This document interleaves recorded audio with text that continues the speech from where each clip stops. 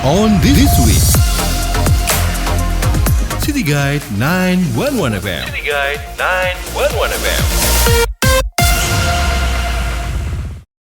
City Guide 911 FM, your City Guide Radio. Halo kawan, saya Nisa Afisnani kembali menyapa Anda di program On This Week, edisi Minggu 6 November 2022.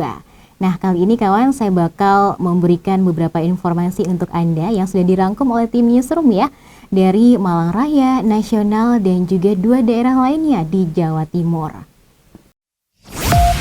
On this week, City Guide 911 FM. City Guide 911 FM.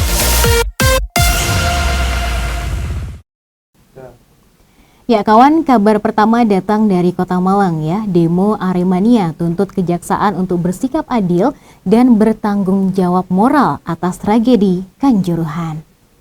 Ratusan Aremania pada Senin 31 Oktober kemarin kembali turun ke jalan untuk melakukan aksi unjuk rasa. Kali ini mereka melakukan unjuk rasa di depan kantor Kejaksaan Negeri Kota Malang. Aksi unjuk rasa damai ini dimulai dengan beberapa orasi dari beberapa tokoh Aremania.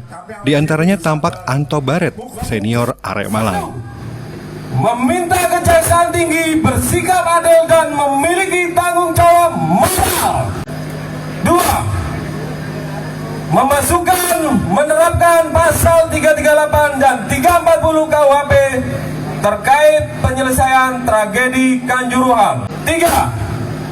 Meminta Kejaksaan Tinggi menolak atau mengembalikan berkas perkara yang disampaikan oleh penyidik Polda Jatim. 4. Meminta Kejaksaan memastikan agar seluruh penyelenggara dan seluruh tenaga pengamanan yang terlibat langsung dalam melakukan penembakan gas air mata di Stadion Kanjuruhan Edi Winarko, Kajari Kota Malang datang dan menemui langsung pengunjuk rasa. Dalam pernyataannya, Kajari akan menyampaikan semua tuntutan tersebut kepada Kejaksaan Tinggi. Informasi lain, kawan, Kejati Jatim menyatakan berkas tragedi Kanjuruhan belum lengkap. Kawan, Kejati Jawa Timur nyatakan berkas perkara tragedi Kanjuruhan belum lengkap. Selasa kemarin, Kepala Kejari Kota Batu, Agus Rujito menyampaikan, Kejati Jawa Timur menyatakan berkas perkara tragedi Kanjuruhan belum lengkap atau P18 dan dikembalikan ke penyidik. Pernyataan ini disampaikan Agus saat ratusan Aremania melakukan aksi damai di depan kantor Kejari Batu pada Selasa selama kurang lebih 3 jam. Sebelumnya ratusan Aremania juga menggelar aksi damai di depan kantor Kejari Malang pada Senin lalu.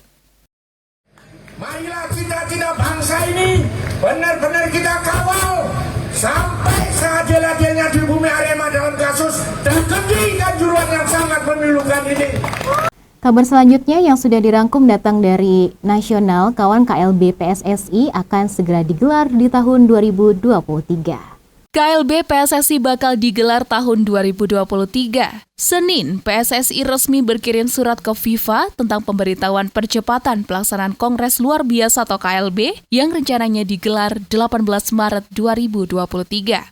Dalam keterangan resminya, PSSI menyatakan FIFA diharapkan bisa memberikan rekomendasi soal pelaksanaan Kongres sebelum 7 November, jadi PSSI bisa memberikan pemberitahuan ke anggota sekurang-kurangnya 60 hari sebelum Kongres. Sementara itu, salah satu agenda penting pada Kongres biasa 7 Januari 2023 soal penetapan Komite Pemilihan atau KP dan Komite Banding Pemilihan atau KBP.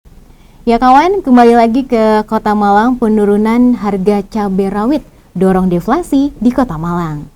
Penurunan harga cabai rawit dorong deflasi di Kota Malang. Badan Pusat Statistik atau BPS Kota Malang melaporkan penurunan harga cabai rawit sebesar 25,83% mendorong terjadinya deflasi 0,11% di Kota Malang pada Oktober 2022. Kepala BPS Kota Malang Yerni Fatma Setioharini menjelaskan, selain cabai rawit, komoditas lain yang mengalami penurunan, harga daging ayam ras turun 4,89% dengan andil 0,06%.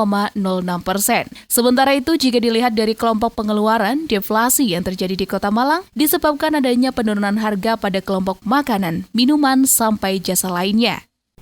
Informasi lainnya, kawan, Polri bakal klarifikasi BPOM soal izin obat sirup.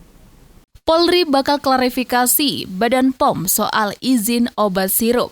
Polri akan menjadwalkan klarifikasi Badan Pengawas Obat dan Makanan atau BPOM terkait pemberian izin edar obat sirup hasil produksi PT Avi Farma. Hal ini dilakukan selepas Bareskrim menemukan adanya unsur pidana dalam kasus dugaan gagal ginjal akut. Kabag Penum Divisi Humas Kombes Nurul Azizah mengatakan pihaknya telah menaikkan status kasus ke tahap penyidikan usai melakukan gelar perkara kemarin. Nurul menjelaskan akan membuat administrasi penyidikan dan mengamankan sejumlah barang bukti.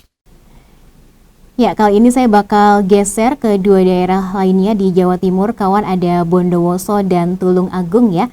Saya bersama dengan rekan Dewi Karya dari Bondowoso yang hari ini membawa kabar Desa Wisata Agung Bondowoso raih penghargaan Dewi Cemara dari Gubernur Jawa Timur.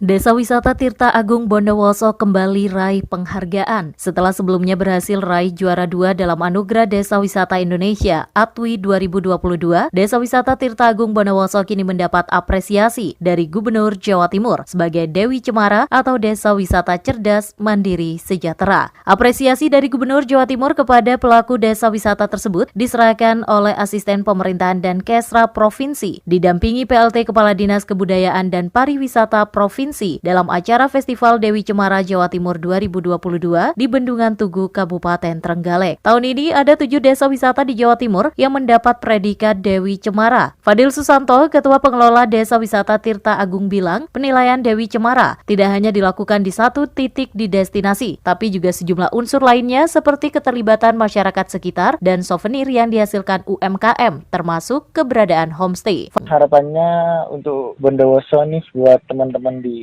desa wisata lain yang terutama yang ada di Bondowoso menjadi tambah semangat nih. Tirta Agung yang dulunya hanya seperti itu bisa meraih beberapa penghargaan, bahkan kita bawa pulang 2 penghargaan di tingkat provinsi dan di tingkat nasional gitu. Mudah-mudahan bisa juga menjadi penyemangat buat teman-teman pengelola destinasi yang ada di Bondowoso. Karena penilaiannya kan bukan hanya satu titik di destinasi enggak, tapi ada beberapa kategori, ada beberapa unsur yang dinilai. Keikutsertaan masyarakat juga, souvenirnya yang dari UMKM itu, homestay. Dewi Karya, Mahardika FM, Bondowoso.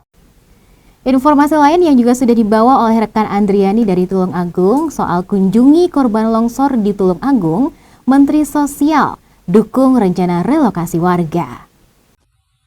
Rencana relokasi warga Desa Nyawangan, Kecamatan Sendang Tulung Agung yang menjadi korban tanah longsor minggu lalu diapresiasi oleh Tri Risma hari ini, Menteri Sosial. Ini dikatakan oleh Tri Risma hari ini saat melakukan kunjungan dan memberikan bantuan Jumat 28 Oktober lalu.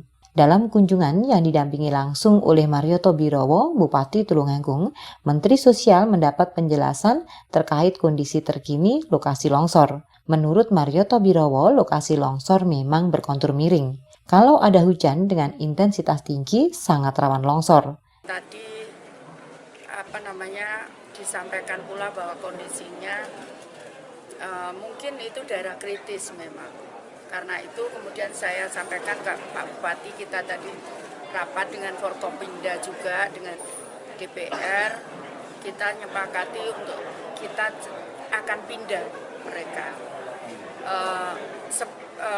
Bu Menteri Lingkungan Hidup sudah nyampaikan ke saya, Bu, kalau ada warga yang kondisinya seperti itu dan itu dekat dengan lahan perhutani, silakan gunakan, nanti saya akan izinkan untuk penggunaan itu untuk warga gitu.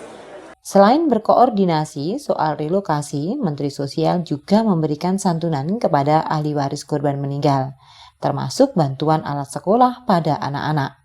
Andriani, RGRFM, Tulungagung. Nah, itu tadi kawan 7 berita yang sudah dirangkum oleh tim Newsroom dari Kota Malang, Kabupaten Malang, Kota Batu, kemudian juga nasional dan juga 2 daerah lainnya di Jawa Timur. Nantikan kabar selanjutnya hanya di program On This Week, City Guide 911 FM. On This Week, City Guide 911 FM. City Guide 911 FM.